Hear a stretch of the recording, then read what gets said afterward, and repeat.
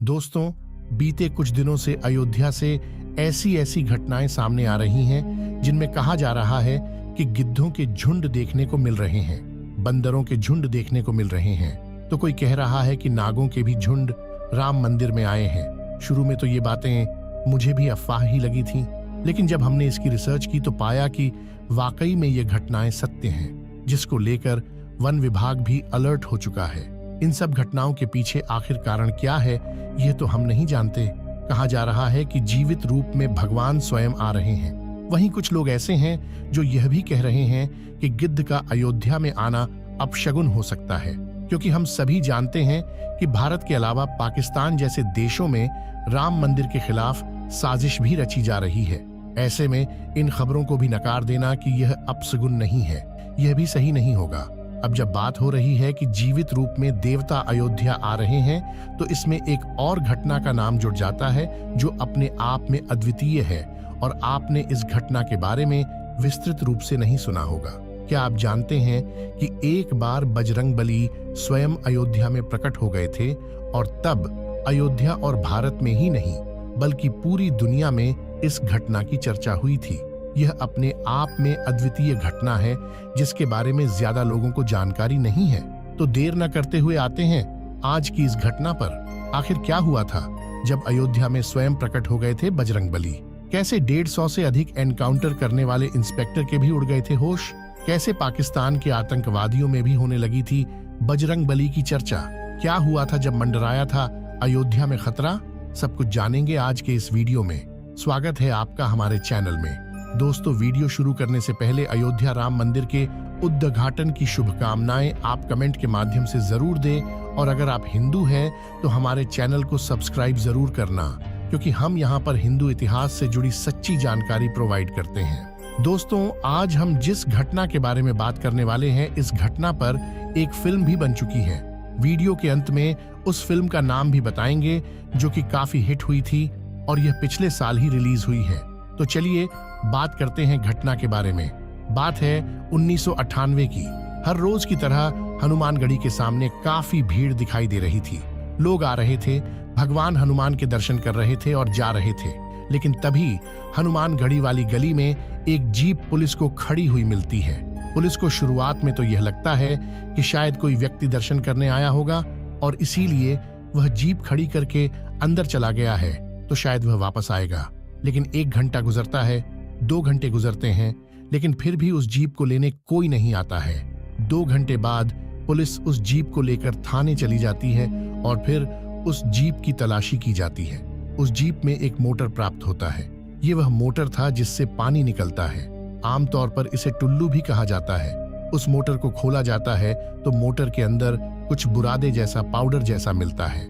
Police कुछ समझ नहीं पाती है और तुरंत ही एसटीएफ को बुलाया जाता है। उस समय एसटीएफ टीम को लीड कर रहे थे इंस्पेक्टर अविनाश मिश्रा।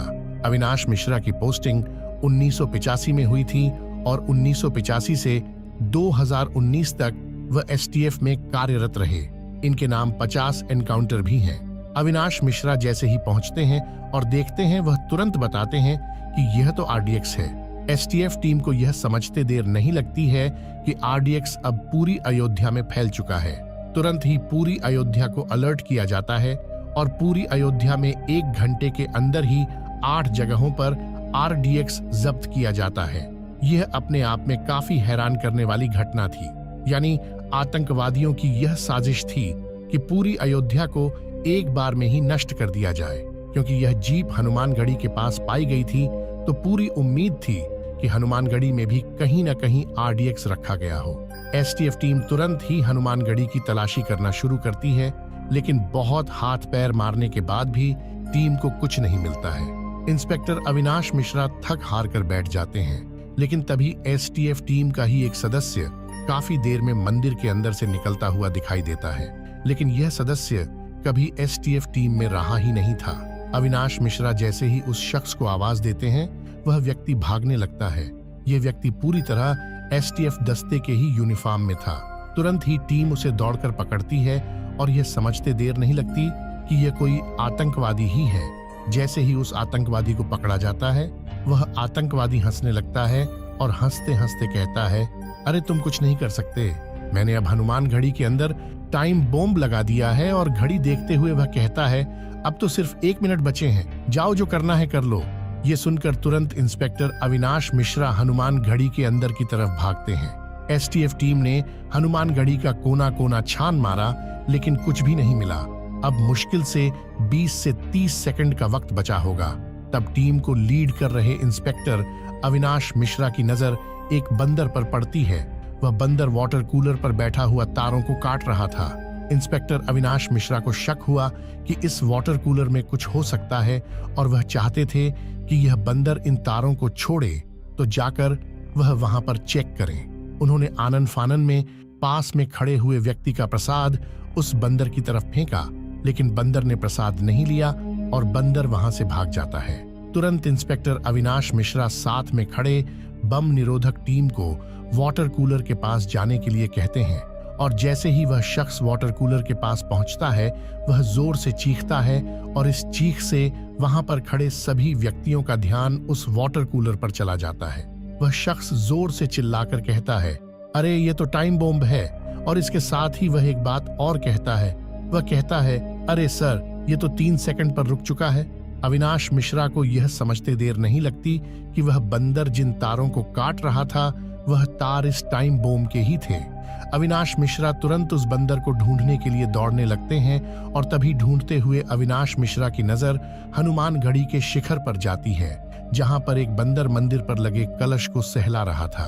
पूरी टीम यह समझ जाती है कि छोटे वानर के रूप में स्वयं साक्षात बजरंग बली ही हनुमान घड़ी को बचाने के लिए आए हैं। सभी टीम के सदस्य भगवान हनुमान के आगे दंडवत प्रणाम करते हैं। इंस्पेक्टर अविनाश मिश्रा सहित सभी टीम के सदस्यों की आंखों से आंसू बह रहे थे, हाथ जोड़े हुए थे और अपने आप को वह भाग्यशाली समझ रहे थे कि आज उन्हें साक्षात हनुमान जी के दर्शन प्राप्त हुए हैं और थोड़ी ही देर में वह छोटा वानर आंखों की दृष्टि से ओछल हो जाता है। अविनाश मिश्रा स्वयं बताते हैं कि हमने जो भी उस दिन देखा वह एक सपने जैसा था। हम सोच भी नहीं सकते थे कि बजरंग बली ऐसे अपने भक्तों को बचाने आएंगे। अविनाश मिश्रा बताते हैं कि यह उनके जीवन की सबसे अद्भुत घटना थी, यानी बजरंग बली ने स्वयं आकर के न सिर्फ अयोध्या को बचाया बल्कि अपने सैकड़ों भक्तों की जान बचाई। ये वाकई में अद्भुत घटना थी, अविश्वसनीय थी, अकल्पनीय थी। इस घटना को इंस्पेक्टर अविनाश मिश्रा पर बनी फिल्म इंस्पेक्टर अविनाश में भी दिखाया गया है, जो पिछले साल 2023 में रिलीज भी हुई थी। तो दोस्तों, आज हमें यह लगा कि यह घटना आप तक अवश्य पहुंचानी चाहिए, तो हमने पहुंचाया। अब आपकी बारी है कि इस घटना को और भी लोगों के साथ शेयर करें। इसको लेकर के इंटरनेट पर तमाम आर्टिकल्स आपको मिल जाएंगे, तमाम वीडियोस मिल जाएंगे और तो और वह फिल्म भी मिल जाएगी जिसमें इस घटना को दिखाया गया है। इसी तरह की और भी घटनाएं आप जानना चाहते हैं तो हमें सब्सक्राइब कर लें और अपनी राय कमेंट में देना मत भूलें। मिलते हैं आपसे अगले वीडियो में, तब तक के लिए जय हिंद, जय भारत, वंदे मातरम, जय बजरंग बली।